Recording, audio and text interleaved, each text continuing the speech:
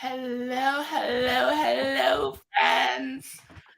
Hey, I am super pumped tonight to be here with my friends Venneikia and Brandon, who have this incredible, shall I say, paradigm shifting text, Liberating Church. We getting into the hush harvest tonight. Y'all, thanks for having me here. I am so grateful to be in community and in conversation with y'all. Oh my God, let's get this started. Mm-hmm. Hey. Hey. Hello to everyone on Facebook, on YouTube. I think this is on Twitter.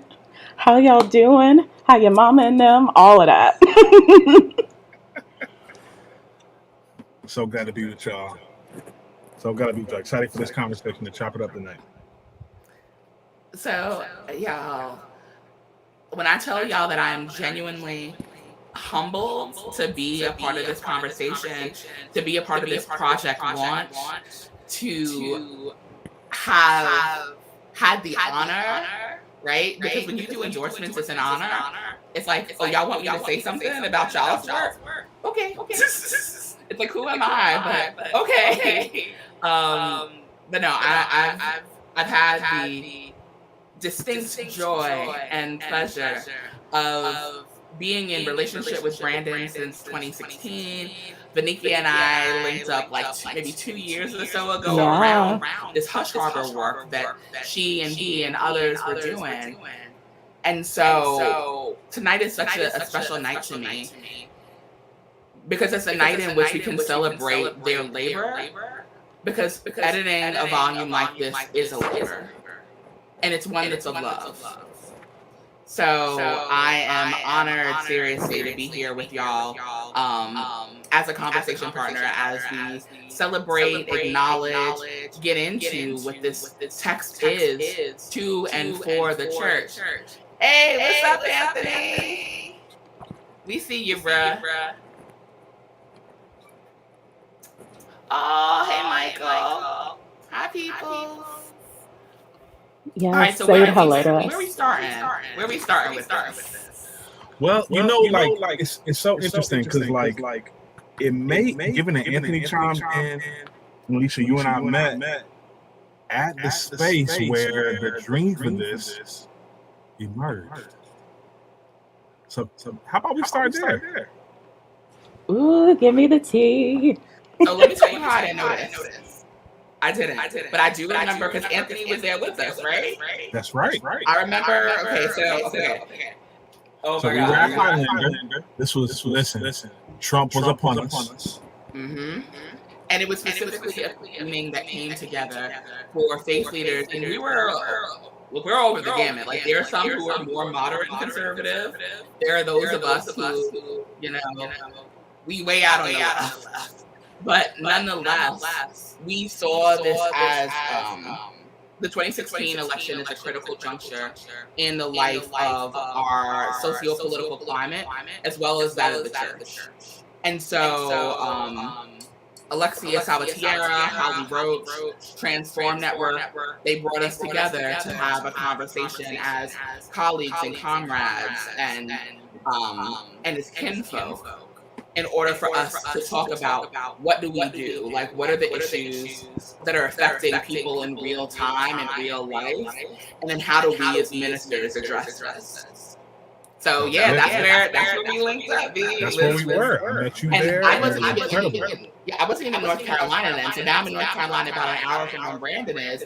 I was back in Chicago then. That's right. Oh, wow. Mm-hmm. That's right. And I had just left Chicago like maybe a year and a half, 2 years now. I don't think we connected while I was in Chicago. You didn't. I only found out I was in Chicago like a year ago. Yeah, exactly. So like that was real powerful. And yeah, like I think what was there was so many things about that gathering. I think they called it a faith-rooted organizing summit. Post-election, faith-rooted organizing summit. And I felt really honored to be in the room because I was doing rural organizing and pastoring at that time. And it's like, rural, like why are we getting invited? And it was the vision of, so many of our mentor and godmother Reverend Alexia, Reverend Doctor, let me get it clear, Reverend Doctor Alexia Salvatierra, movement elder, organizer, connoisseur. We can call her, call the roll on her and her track record, but she's incredible. She called us together, and one of the pieces of insight she named was that in light of a Trump presidency and the ways in which his neo-fascist populism would mobilize folks in rural communities. And she called rural organizers and activists to come to this. And so I felt really honored to be there. It was incredible to meet you, Alicia. And I had known Anthony a little bit before then, but it just was the energy in that space. And it was Highlander. Highlander is holy ground, is sacred ground. It surely is. And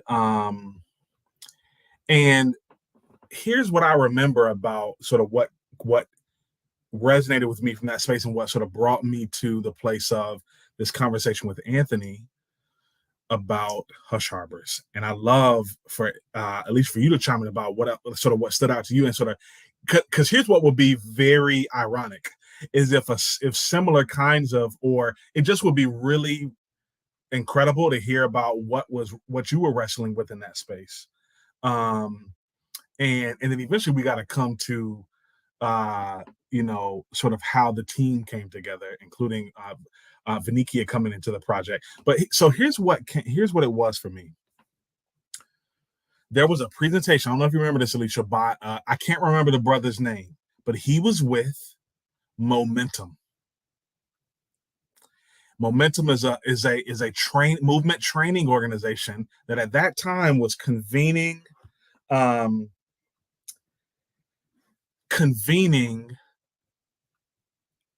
social movements at that time, the movement for Black Lives, Fight for 15, it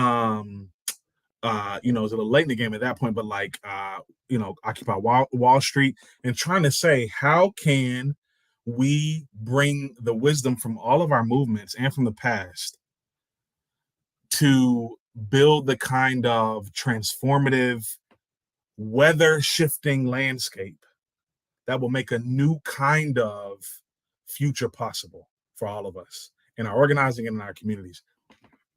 And I remember he said this, it was an incredible, I was on the edge of my seat. I had not heard anything like that before.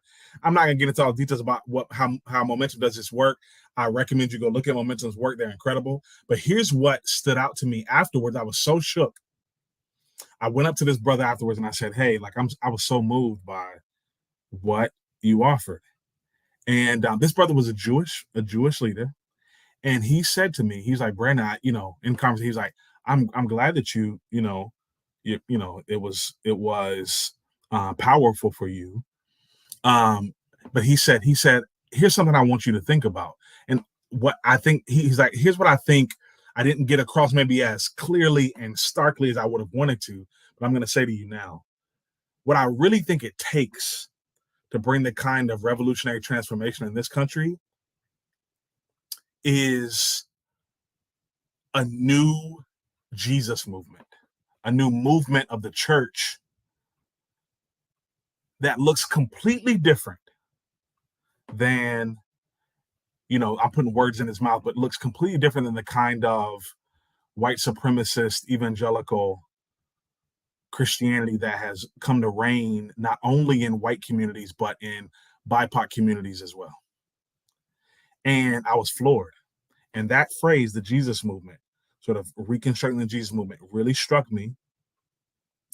And I went and I was chopping it up with Anthony, and we just began to chop it up there and beyond. And we were like, where did this kind of organizing movement culture within sort of the Christian tradition exist before now? And we looked at all kind of different places. Like, there's lots of places we can go to. Let's be real. Like, we like to trash Christianity, and listen, there's a lot to trash about Christianity. But of course, there's also these real remnants and sort of moments in the broader sort of Christian tradition where there was real transformative revolutionary change. But what we landed on, and Anthony is the one that raised this up. He's like, Brandon, I really feel like we need to turn to the hush harbors. And I was like, what the hell is the hush harbors? And as he began to talk about it, I was like, oh, I remember in undergrad at UNC Chapel Hill, which, by the way, the connection with that Venneikia and I have, we're going to get into this, is that we were both graduates of the University of North Carolina at Chapel Hill. But I remember taking a course with Reverend Dr. Laurie Maffley Kipp, a Catholic woman and a professor of African American religious history, on the Black religious experience and reading Albert Rabbitoe's book, Slave Religion. And it was powerful for me. But one of the things what was revealed to me in that I'm about to wrap up, what was revealed to me in that conversation with Anthony was that what was never really answered, or the question that was never really asked for me, was, is the hush harbors more than just history? Do the hush harbors have something theological, have something prophetic to offer to the present moment? How can we understand hush harbors as church, as a movement? And I wasn't asking that question. My frame for looking at the hush harbors at that time, was through the lens of history, because I was at a secular, liberal arts university. So that was really powerful for me, and it kind of took off from there.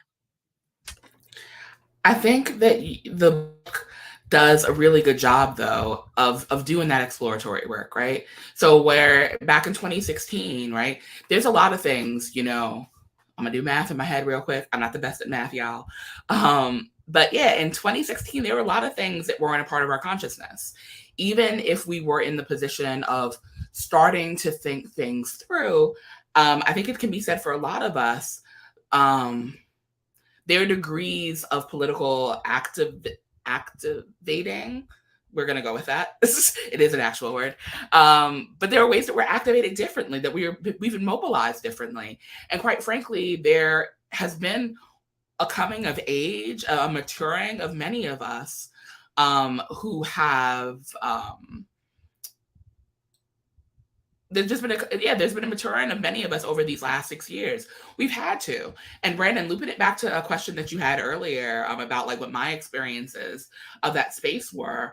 I don't know if you remember me having that breakdown where I was like literally yelling because, I am a queer person who at the time, and still do a lot of work around LGBTQ equity, but specifically excuse me, through the lens of religious trauma. And I'm like, y'all, you're talking about economics, you're talking about, racial justice. You are not talking about queer and trans people. And we are the canaries in the coal mine. Whatever happens is going to hit us first. And you need to pay attention to us. Like, you are not prioritizing intersectional equity. You are not putting us, we're not in the mix. If it wasn't myself or, Sue Ann Shia, who was another queer person who was invited into that space. Without us, you're not hearing about queer issues there. And to be frank, and, and no shade to like, some of these folks who are like, movement elders, that oftentimes that prioritization of intersectional equity, looking at the places like where, these facets of identity live together, right? Where we're talking about LGBTQ equity, but also the impoverishing of that community. And then we're speaking about the ways that, racialized people, Black folks, Indigenous folks, and other people of color are then also like, all these things are locked together.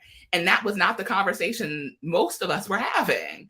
And I had a full-on meltdown. There were tears, there was yelling. I'm like, y'all need to understand. And we see it come to pass. As we're looking, in this moment that we're in right now in 2022, think about how many, trans exclusionary laws are not like up for grabs that are already on someone's books about ways in which people are trying to legislate LGBTQ identity and personhood out of existence. It's a form of genocide if we're keeping it a buck. And I think that this is where work like with Venneikia and Brandon and Anthony and Terrence and Lanice and so many of these other folks who are contributing to this volume are doing is helping us conceptualize, like, how do we not just bring into conversation all of these facets of personhood, but do it in a way where we are getting back to, yes, this Jesus movement, but a Jesus movement for us as Black folks that's rooted in ancestral practice, because that's what the Hush Harbors are. It is bringing our ancestors into conversation with us.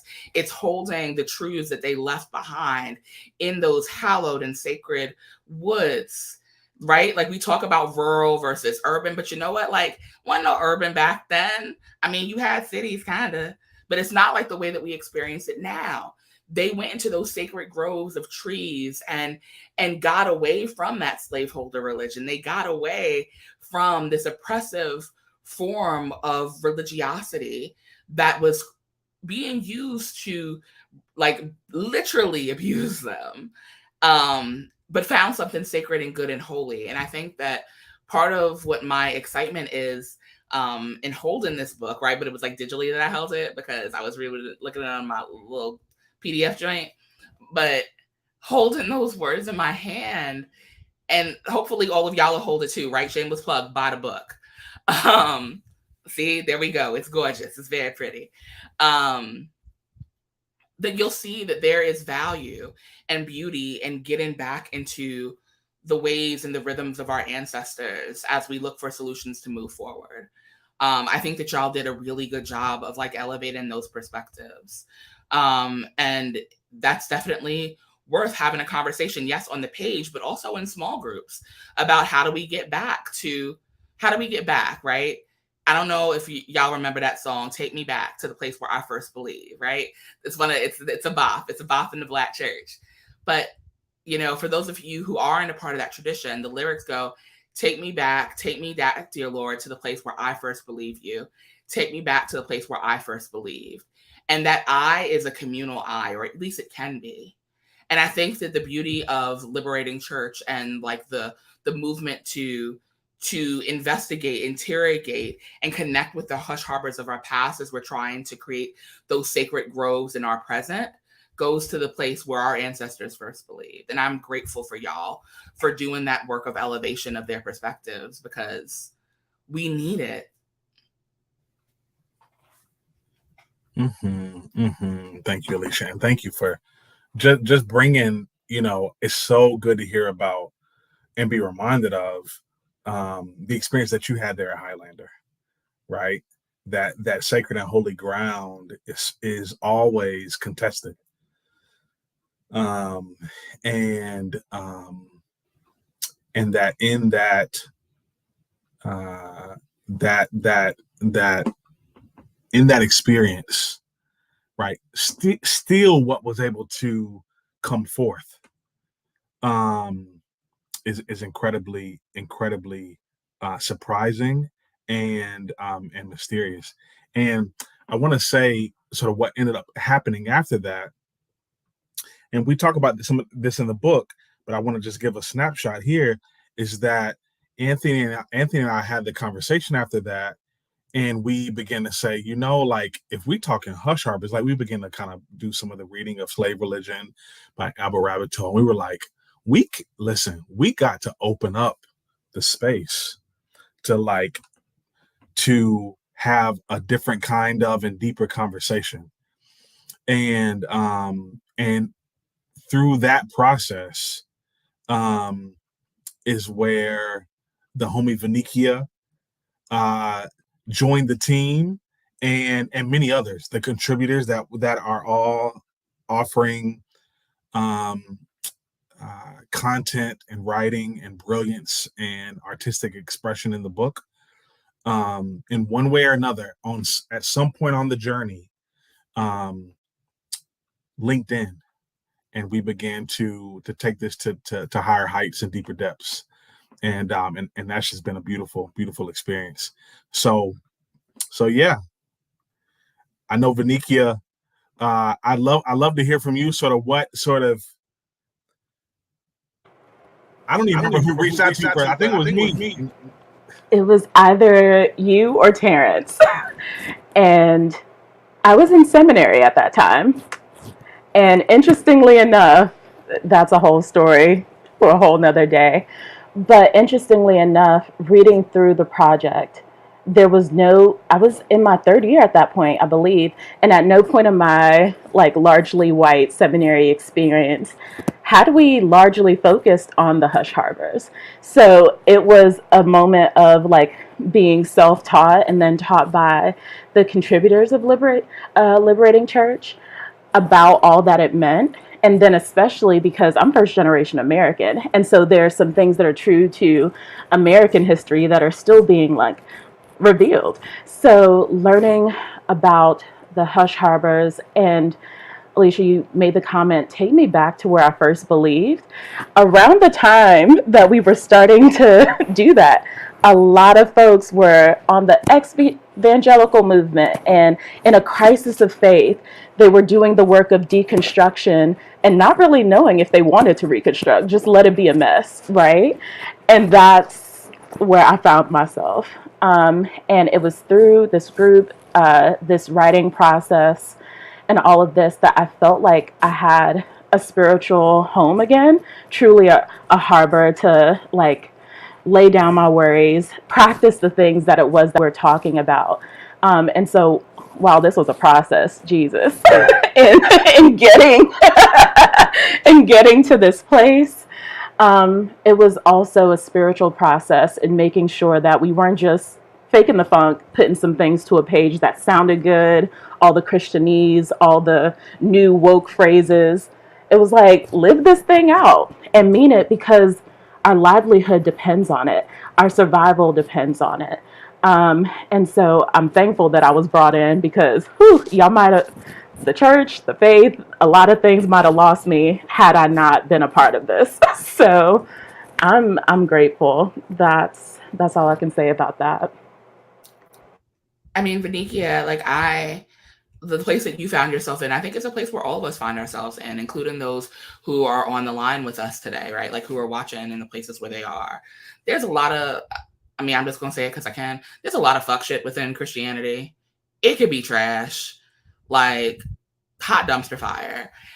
And, in someone who is very much a product of the church, right? Like, I'm a PK. My daddy is like right next door. He came up for my wedding. Shout out to my dad in the next room, who could probably hear me but can't come in my office because we're recording. But seriously, he and my mom were, young Christians. Like, he had gotten ordained really young. And I was that kid who was in the pew, shortly after birth. And I right now intentionally root myself in deinstitutional space, right? Like, space where yes, there are churches, like congregations and denominations. I'm outside of that. It's on purpose. But when I look at the hush harbors, when I look at your work and understand that the forming of spiritual community looks so diverse, right? Like, there's diversity definitely that I found on my own. But I think that the important things of this book that you edited brings possibilities to light for people who had not yet considered that there are other ways of being and other ways to find and form and rest in community. I mean, is that a little bit of the intention that you came to this project with, is in presenting those options to folks? Yeah. Yes, in a number of ways. First of all, my own experience. I mean, I think Venneikia already spoke to this, right? Like, the need to find a way, right? Find a way that was not made plain in sort of the kind of landscape of, like you said, congregations and churches. And so I appreciate you bringing that up, Venneikia. And I think that's also true of my experience at that time. I was also looking for a way. It had both to do with my own practice of following Jesus and also my call to ministry. I was looking for a new kind of way to express my leadership. And what I had experienced pastoring, in congregations and campus ministries before then, like troubled the kind of scripts or sort of ordination pathways that were set before me. And so it was both personal and sort of vocational for me. And then as we begin as we begin to sort of have these conversations with this collective, and in fact, just a side note, originally the conversation included both the base ecclesial communities and the Hush Harbor. So I just want to shout out our Latinx kinfolk, because originally we had a much broader Black Brown coalition of folks, clergy activists that were at the table. And because of, with any project, you got to begin to think about questions of scale and limits. And we wanted to begin with the Hush Harbors, given the origin of the conversation amongst Black folks at Highlander. But I wanted to shout them out. But as we began to have more conversation, it was like, yes, if Hush Harbors are these covert, clandestine, secret, off the grid, hidden in plain sight spiritual communities that are on the edge and outside of, and sometimes right in the smack dab center of our existing religious institutions, how do we find them? Because they are my people, And so that began a kind of intention, heart intention that said, where are these folks? Where are the Hush Harbors of today? And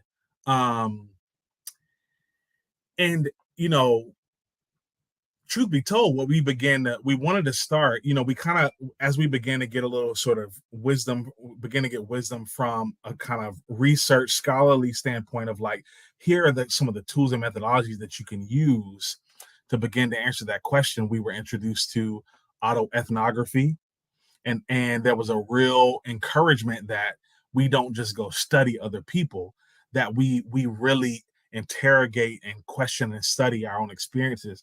And as we looked around the table, we were like, hold on, we are leading faith communities that are seeking to do Christian faith and church very differently. How might we be in conversation with the Hush Harbors? Here's the other thing that really just slapped me all in my face was Dr. Shaniqua Walker Barnes, Dr. C, published a piece. I can't remember the year. It don't even matter because it's relevant forever. Holy Writ. Why I Left Church. And I think the original version was Why I Left Church. And it like Why I Gave Up Church. No, it was Why I Gave Up Church. The original version was Why I Gave Up Church for Lent. And what she said in that piece was what we were talking about. That faith leaders, people of faith, that both are seeking to follow Jesus and follow diverse religious traditions, are seeking to live out spirituality in deeply transformative ways for themselves personally and in their communities, in ways that are hard to track. And she used the language, I hope they will be proliferated. I think she actually said that word, and I was like, ooh. So that also piqued our curiosity about, this is really what we like to say, this is kairos, right? Like this is more than just one or two people, 3 or 4 people that's feeling the thing. I didn't talk to Dr. C. There's something going on here, and she sees something from a vantage point that we don't see. So how can we tap in and plug in? And that's when we began to seek to sort of cast the net, to look widely at where else are these kinds of alternative prophetic communities emerging across the country. And it was really powerful. Yeah, can I also say radical? We were in a moment where a lot of people were leaving church for that very reason. The cute, pithy statements weren't hitting like they used to. Scripture became hard to connect to. You might relate to some of the spirituals and some of the blues, but church wasn't hitting. And so to be liberated from some of that Um, and then the pandemic hit. Can we talk about that? And for me, I was like, is this still relevant? Like, I'm still looking for these spaces where we can gather. How do we do that when we can't physically gather anymore? But I want to say, to sort of broaden the conversation just from church, to say that we believe that this book is relevant to activists and organizers, because they were organizing and having to care for one another in such a unique way that they had been doing long before 2020, but then had to, get a little bit more creative. And I believe that these marks are still the same marks that we see in, just with different language. We wouldn't talk about priesthood of all believers when we talk about organizing. We're saying, okay, low ego, high impact, things of that sort, but still the same principles apply. And so as we have 2020, the pandemic hit, people are having a reckoning with like, and a reawakening within their racial consciousness. I was thinking like, how are we still talking about church, and what does church mean in this moment? I'm not even on a live stream looking at nobody's church. So, what does it mean for me to stay connected to spirit, to stay connected to the people that spirit is connected to? Because it truly was a lifeline through a time where there was so much death and grief, and there still is. And so, I would love for us to talk about a little bit of in 2022 and going forward. We're talking as even with a sense of Afrofuturism, right? Looking into the things that are already and not yet. We're looking and leaning into, we've seen glances of what this liberated space looks like, but we're constantly building every single day. And Brandon, what does that mean for instance, Good Neighbor Movement or Mission House or some of the other communities that we worked with, and how they might be moving in this moment?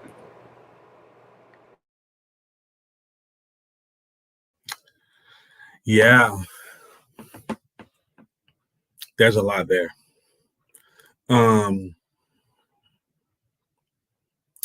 What's coming up for me, I want to start with a piece around organizing. I appreciate you bringing us to the way that hush harbors were for sure a site of worship, like covert and rebellious worship, and they were also a site of strategizing, of strategy, of leadership development, of um, uh, you know,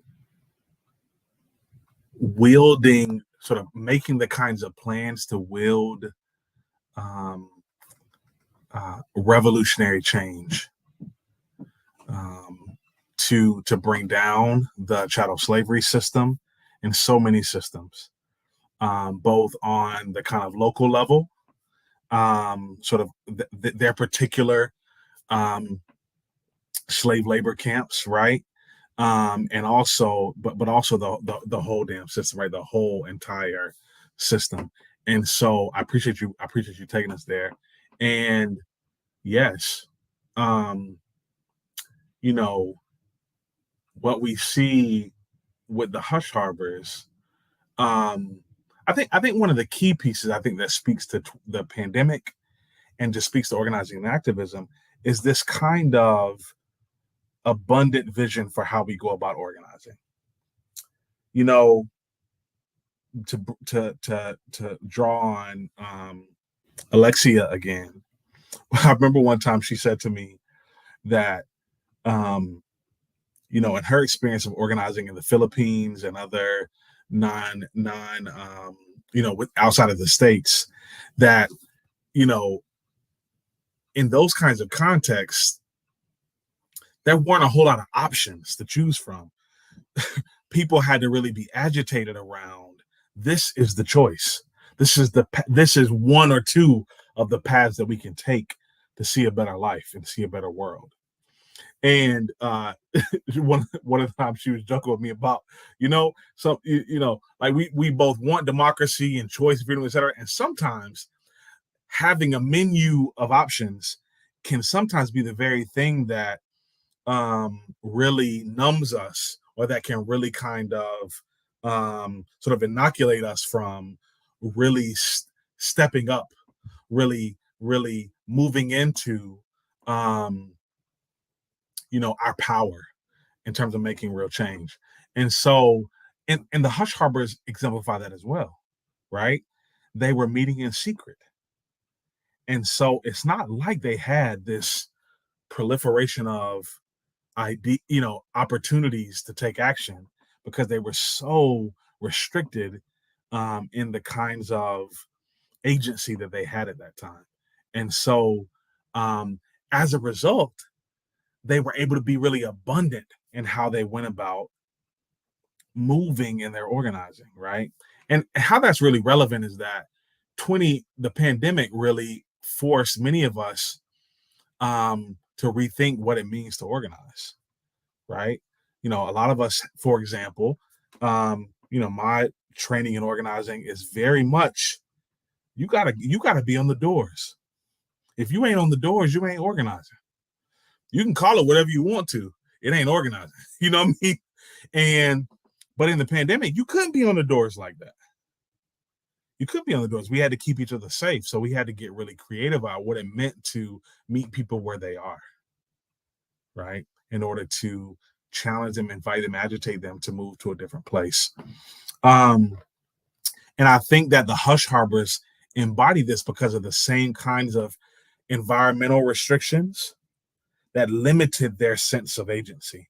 And yet, it is the kind of prophetic religion, revolutionary, syncretistic, right, rebellious religion that sort of grounded them, that propelled them out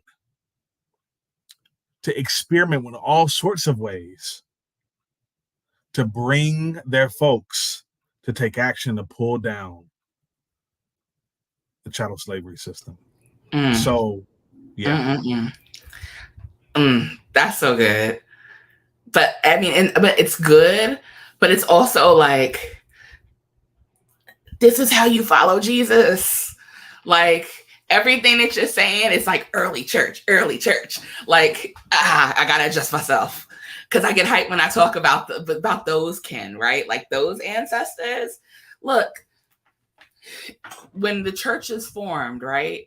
Like going back into like our Christian history, right? Before Christians got the names, before the institutions were there, it was always this relationship between the spiritual and the practical, like organizing, justice seeking, and understanding the ways that was connected to this building of the kingdom of God. That was always what Jesus was about. It was what those earliest followers were about. And part of my excitement over this process, this text that folks are going to be able to hold in their hands, on their tablets, by the book, is it calls us back to that place, that it takes us back to where we literally first believed, when Jesus was in that place of gathering folks around tables, and folks were breaking over a perfume out, right? Busting up this thing that had some degree of like currency and value, and being like, I'm dedicating this not just to the movement, but like to your care here. And I think that that's one of the things that's so dope for me about like the book, and then its connection to the Hush Harbors, and in all of this connection to the earliest forms of the church and like of this belief system, is folks are taking what they have in service to one another, right? That's really what this is about. And that gives me so much joy as a minister who ministers outside of the scope of the tradition. It's not outside of corporate tradition. It's actually in alignment with the tradition. It's just outside the form of the institution. That's really what it is. Because those of you who know me, it's like most of my stuff is done in conferences and online. Occasionally you'll see me in a congregational setting preaching. People bring in to say some shit that they can't, and then I go. Because Jesus had hitters too. Like it's a thing, right? Like Jesus was a hitter. Like let's also talk about that, because my man's was and then deuces. All that being said, I think that this book this wisdom that comes from not just the two of you, right? Because you did the hard work of editing, and that is a hard work because it is wrangling, it is literally editing, right? Like doing that work of sitting with other people's work and trying to make sure that the heart and soul of what they're saying comes through, but also that you don't have like 15 semicolons on a page. Like that's a labor of love again. Um, but I think that that's one of the things that's really beautiful. Like I had a conversation with two of my friends, Robert Monson and Camille Hernandez. Hi, y'all, if you're watching. But we were speaking about like the lost art of doing things, specifically ministering and writing within community. And I think that you have done a thing that not only are so many of us longing for, right? Like finding community and pushing theologically and activistically at what possibility is in the community. But you're having conversations. And I think that that's one of the things that the pandemic made us long for is human connection, because there's all these ways that we couldn't, and to some degrees, for some folks, particularly those who are immunocompromised or otherwise restricted in the ways that they can come into contact with others, people are longing for each other. They're longing for a world in which they can more fully connect. And I think spiritually and organizing wise, right, for the person who has deep faith and deep commitments to justice, this is a bit of hope that you've given them through the work that you've done. So I know we're coming up on time, but we ain't out of time yet. So I got some questions I'm gonna pitch back to y'all. And we're gonna start with Venneikia, and then we're gonna pitch it to Brandon from there. So as a writer, right, I know what it means to get my help sometimes from my words, which is sometimes why I'm afraid to write them. Because it's scary sometimes when you're speaking things and you're like, damn, I just said that and I can't put it back in the bottle. But nonetheless, you do get your help. What are the ways that you wrote out or edited your way into your own help? Venneikia, let's start with you, Sid. Okay, so listen, while I was writing, I was just graduating from seminary.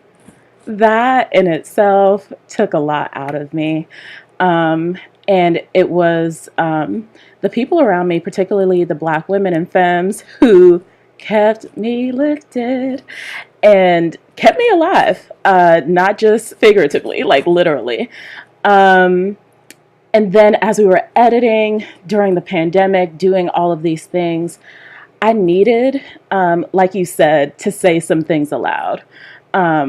For some of us who were staying home, I had moved to a new city, living by myself. Like, I have nowhere to go but here. So we're gonna like work through some things. And I had to have that come to Jesus moment of, do I actually mean this? And not just can I have it, but am I also this for other people? And that was really the challenge to me as I was writing and editing and rewriting and re-editing, saying, do I actually practice a radical love ethic? Or do I just do what's convenient? Do I just do... we can talk about the mother folks and the performative nature of what they do, but I was just tired. And in that fatigue, how can I still like show up, hold space, go to war for the people that I care about? And so I particularly wrote about the liberating mark of Ubuntu, which is about healing and interdependence and how community actually save us. And the I am because we are like kept me tethered to reality, whatever this reality might be. It might be a simulation, but kept me tethered to this and kept me, because I saw people who were doing what I wanted to be doing, and I had to sort of work up and let my Holy Ghost work me up to do. And so I'm appreciative for those folks who checked in on me, allowed me to sleep on that couch when I was like, I don't know if y'all gonna see me tomorrow if I don't stay in this place. There were some very tangible here's how we show up in community that I experienced. And then because I had experienced, I wanted to pour out. So all of this for practice sake. It's not just a cute notion of belonging, right? But we belong to each other. So now what do we do with that? And I got a lot of experience and practice in seeing what that meant. Brandon, what did that mean for you with Steal Away? Yeah, something about what you shared. I don't even know how we decided on who wrote what, but anyway, Still Away. I had something in mind pre-pandemic around sort of what to say about Still Away. What the pandemic did to me was just really took a toll on in so many ways. And I preached a sermon in I think it was like summer, June of 2020. And I talked about just like the inner circle, like for me, because of all the loss that I was facing, both the physical loss of loved ones from COVID-19 and from other factors, the kind of losses that we were facing as a body politic, as a nation, as a people, in terms of the violence of the police state on Black bodies, and just so many other forms of loss. The loss of all the plans that I had for the pandemic, for a new faith community that was seeking to follow the usher, just so much loss. I was very tempted to move to a place of extreme isolation. But what Still Away reminded me of, and this is what I wrote about in the book, is I remembered, the kind of boldness and courage of James Baldwin when he talked about not taking the grand bribe, right? Not taking the bribe. Of course, he was talking about America. I related that to the church. That the easy thing for me to do as a clergy person would have been to kind of just sort of wait it out, get another church at some point, a bigger church, whatever defines grandeur, visibility, success, all the things, right?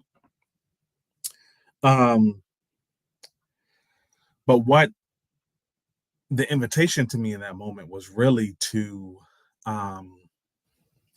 practice the kind of stealing away to the porch, stealing away to the park, stealing away to different communities where my kinfolks are, both biological and spiritual, and political, to lean in, to connect, to build solidarity. It didn't look like success because it was not visible. And it didn't look like success because it wasn't big. But it nurtured my soul, and it gave me courage to continue to fight on. And so I was able to write about that. And that wasn't originally a part of how I was reflecting on Still Away.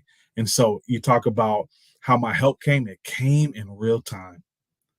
What I was living, preaching about, had to make its way in the book, because I couldn't talk about Still Away theoretically.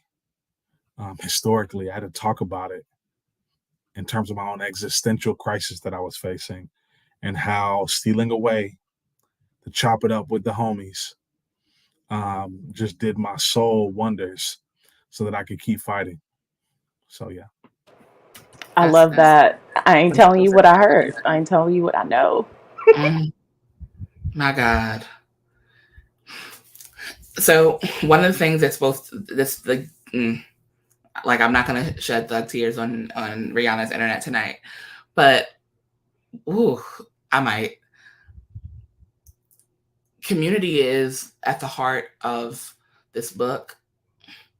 It's at the heart of everything that y'all do, and I can say that because I know you. Um, when you think about this project and all the folks who you've held in your heart through your writing, through your editing, and who you're going to hold as you are out here promoting, who are those folks? Like, who are the ones you do it for? Oh, you muted still. Listen, I was just testifying. I was just having a little some tongues. I was speaking in tongues there for a sec. That was for me and Jesus. But I can chime in. That's an incredible question. And what comes to mind to me are those who absolutely, first of all, those who feel alone. Those who feel put aside. Those who feel and are experiencing powerlessness.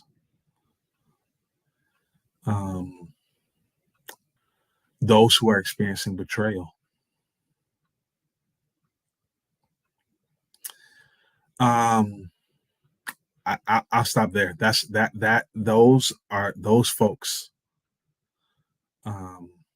I hope will find in these words and the spirit behind the words, because Lord knows we wrote what we wrote. We gave a true offering, but there's something beyond those words that we experience together in our relationships, and our relationship to this lineage, this powerful ancestry.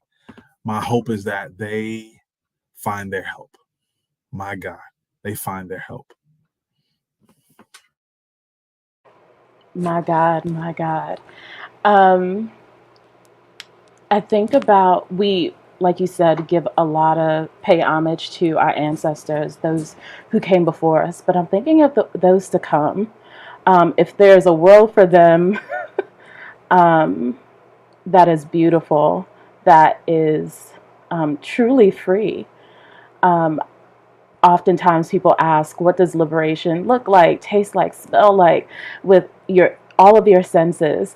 And it's funny, Brandon, that you mentioned the front porch, because I always talk about it like that opening scene of Princess and the Frog.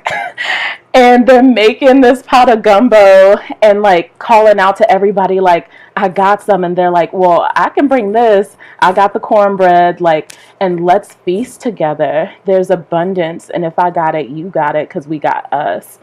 And so I write for those questioning what the world can be when the things that we see and the things that we're currently experiencing dampen our ability to dream something different and to do something different.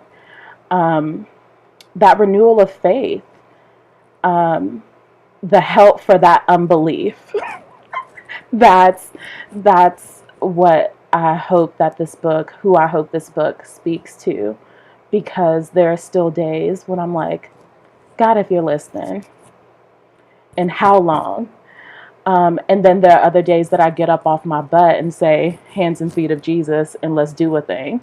And so it's both. For the days that I need that Holy Spirit download, and I'm hoping that other people are the Spirit to me incarnate. So I want, who knows what tomorrow looks like a week from now, if climate change, if there will be a literal planet. But my hope is that there will be one. And in that world, there's nothing to resist. Can I say that? I don't want to be fighting all my life. I'm literally tired right now. And so in a liberated church, the predators and the prey, that dynamic, no, we're all just praying together. We're all just testifying to that beauty that we see in one another. That doesn't mean perfection, but it means the call out to call in and call together. And I want to see that world, because this one is trash. It's trash. So thank y'all for those who make it worthwhile, but we got to do something different. That indeed we do. And I'm a lifelong reader, and one of the things that I love about books is, other media too, but books in particular, these are the things that we leave behind. Like, people can hear our words, but there's something about holding them. There's something about, breaking the binding of a book or flipping through them little Kindle pages and marking it up and talking back and being in conversation and passing it on. And as like your friend and your colleague and your comrade, this is my hope for others, is that they buy the book, connect with the community of folks who have both written and who will be reading these words that you all so labored over for these last few years. And then, yeah, they bring the things that they have to the table in service to this liberating following of Jesus, this liberating church that has always been, that is, and that is to come, because we got us. Yes, can I make that point? I love the people who are saying that they're reading this on their own already. We're getting reviews saying it's blessing them. But can you read this with your people? Like, yes, to read together. Because there are things that I have those spots that I can't see in and I need for you to speak into. And you also have then information, enlightenment that enriches me. And so whether it's a book club, virtual, y'all outside in a park, chop it up and then say, that was cute. Now let's get to work. So that is my hope. And maybe if y'all don't have like folks, because that's the thing, right? It's hard making friends as an adult. Maybe we could talk offline about what it means to set up a digital book club for folks so you can find others. Because the dope thing about like living in 2022 is that we're not bound by like fixed space. The digital realm allows for us to connect with people all over the world. That's right. So your kin may not be next door, but they're definitely online.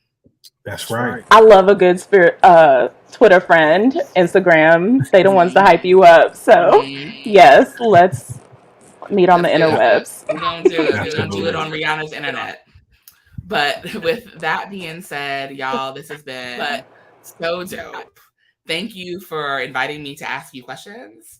Buy the book. Can we tell them where they can find the book? I mean, I'm sure it's wherever books are sold, but there may be more official pitch for where people can specifically buy this for themselves, but also for others, right? Because if you have, pass it on. Yes, there are currently 3 ways to buy. We're in the process of getting it into local bookstores, but you can buy it on Amazon because everything's there. Or you can go directly to our publishers, Within Stock, WIPF, STOCK, and Voices. And we can, if you follow us on socials, you can find all that information easily because I be spamming people. So that is an option.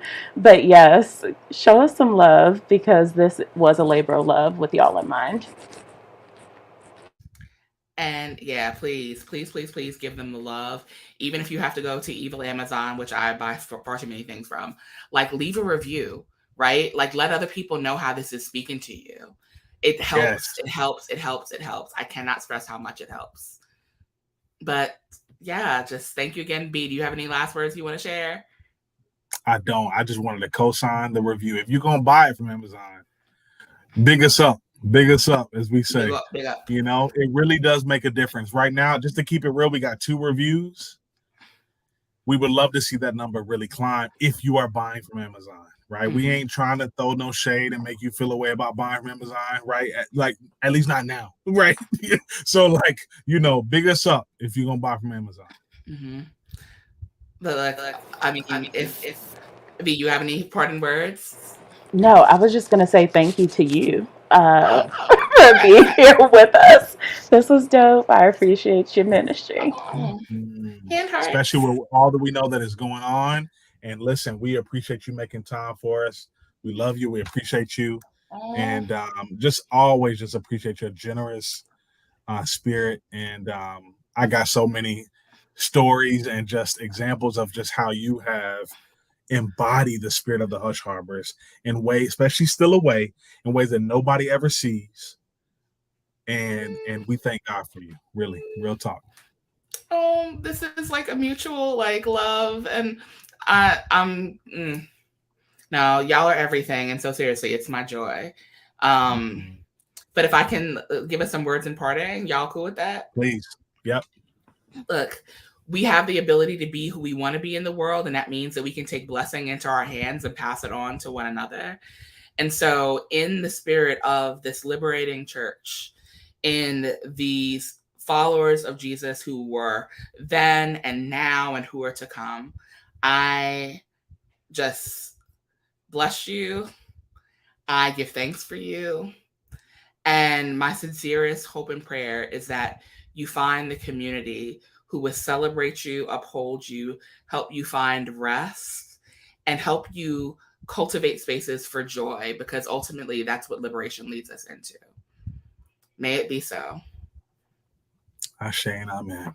Ashe and amen. Thanks, everybody. Peace, everybody.